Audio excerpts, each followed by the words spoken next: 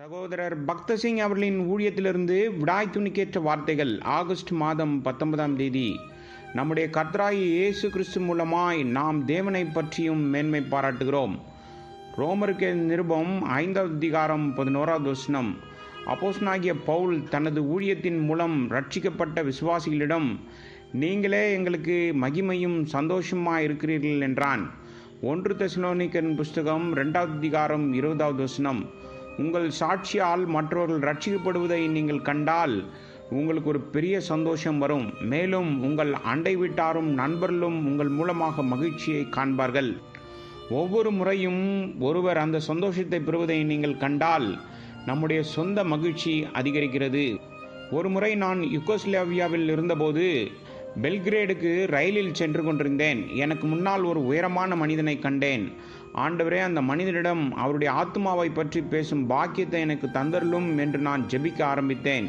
பின்னர் நான் அவரிடம் பேசினேன். உடனே அவர் மறுபடியும் பிறந்தார். என்னே ஒரு மகிழ்ச்சி என் இருதயத்தில் வந்தது. உங்கள் குடும்பத்திலோ அல்லது சுற்றுப்புறத்திலோ யாராவது உங்களால் ரட்சிப்பின் சந்தோஷத்தை அடைந்தார்களா? மற்றவர்களை கிறிஸ்துவினிடம் கொண்டு செல்வதன் மகிழ்ச்சி எப்படிப்பட்டது என்று உங்களுக்கு தெரியுமா? என் தேவனே, உமக்கு பிரியமானதை செய்ய விரும்புகிறேன். சங்கீதத்தின் புஸ்தகம் 40வது சங்கீதம் 8வது வசனம். தேவனுடைய சித்தத்தை கண்டுபிடிக்க உங்களுக்கு பல நாட்கள் ஆகலாம். ஆனால் அதை கண்டுபிடிக்கும்போது அதை ஏற்றுக்கொள்வதிலும் அந்த சித்தத்தை செய்வதிலும் உங்களுக்கு ஒரு தனி சந்தோஷம் இருக்கும். உங்கள் சந்தோஷம் இந்த இயல்பை உடையதாக இருக்கிறதா? உங்கள் சந்தோஷம் சொல்லி முடியாததும் மற்றும் மகிமையால் நிறைந்ததா? உங்கள் சந்தோஷம் நிறைவுள்ளதா? உங்கள் உதடுகளில் எப்பொழுதும் பரலோக பாடல்களை பாடுகிறீர்களா? நான் வெளிப்புறமாக ஒரு பாடலின் குறிப்பை பாட முடியாவிட்டாலும் நாள் முழுவதும் என் உள்ளத்திலிருந்து என்னால் பாட முடியும். ஓ, நீங்களும் இந்த சந்தோஷத்தை கண்டறிவீர்களாக. இப்போது இந்த தருணத்தில் இந்த சந்தோஷம் உங்களுடையதாக இருக்கலாம். ஆசிரியர்களையோ போதவர்களையோ பிறரையோ சார்ந்திருக்காமல் கர்த்தரையே சார்ந்திருக்கும் இந்த சந்தோஷத்தை கர்த்தராகிய இயேசு கிறிஸ்துவால் மட்டுமே கொடுக்க முடியும். நாம் நம்மை தாழ்த்தி அவரை நோக்கி கூப்பிட்டால் அவர் நம்மை உடனடியாக மன்னிப்பார். இதே அனுபவத்தின் மூலம் உங்கள் இருதயத்தில் இந்த மகிழ்ச்சி உண்டாகட்டும். இந்த சந்தோஷம் பரலோகத்தில் தொடங்குகிறது. மனம் திரும்புகிற ஒரு பாவியின் மீது பரலோகத்தில் மிகுந்த சந்தோஷம் இருக்கும். இது பூமியில் தொடங்குவதில்லை. மனம் திரும்புதல் என்பது அப்படியே திரும்பி பார்ப்பதை குறிக்கிறது. ஒரு மனிதன் மனம் திரும்புவதற்கு முன்பு அவனுடைய முகத்தை பிசாசை நோக்கியும் அவனது முதுகை தேவனை நோக்கியும் வைத்திருப்பான். மனம் திரும்புதலின் மூலம் அவன் பிசாசுக்கு தன் முதுகை காண்பிக்கிறான். மேலும் அவனது முகத்தை தேவனிடம் திருப்புகிறான். இதற்கு பெயர்தான் மனம் திரும்புதல். இத்தகைய கிரியை பரிசுத்த ஆவியால் மட்டுமே நடைபெறுகிறது, மனிதனால் அல்ல. சந்தோஷம் இங்கே தொடங்குகிறது. பரலோகம் முதலில் சந்தோஷத்தால் நிரம்பியுள்ளது. அங்கிருந்து இந்த சந்தோஷம் மனம் திரும்புவர்களின் மேல் ஊற்றப்படுகிறது.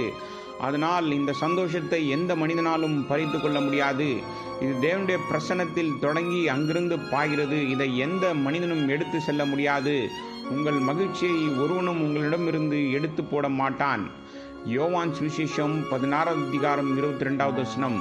உங்கள் எதிரியோ உங்கள் அண்டை வீட்டாரோ யாராக இருந்தாலும் பரவாயில்லை, நண்பர்கள் அல்லது பூமியில் எந்த வல்லமையாக இருந்தாலும் நீங்கள் வருத்தப்பட தேவையில்லை. நீங்கள் முழு மனதோடு மனம் திரும்ப அல்லது பாவமான மற்றும் வெட்கக்கேடான காரியங்களில் இன்னும் இருக்க ஆசைப்படுகிறீர்களா? இதனால்தான் உங்கள் சந்தோஷம் நிறைவடையவில்லை. உங்கள் மனம் திரும்புதல் முழுமையடையவில்லை. உங்கள் முகம் இருபுறமாக திரும்பியுள்ளது. சிலர் இப்படிதான் அவர்கள் எல்லா இடங்களிலும் சந்தோஷமாக இருப்பதாக தெரிகிறது. ஆராதனைக்கு வரும்போது மிகுந்த சந்தோஷம் அடைகிறார்கள். அவர்கள் மீண்டுமாக உலகத்துக்கு செல்லும்போது அவர்கள் இன்னும் அதிக சந்தோஷமாக இருக்கிறார்கள். எங்கு சென்றாலும் சந்தோஷமாக இருக்கிறார்கள். அவர்கள் குருடர்கள் மற்றும் ஆவிக்குரிய ரீதியாக காது கேளாதவர்கள், பிசாசின் வேலையாட்கள்.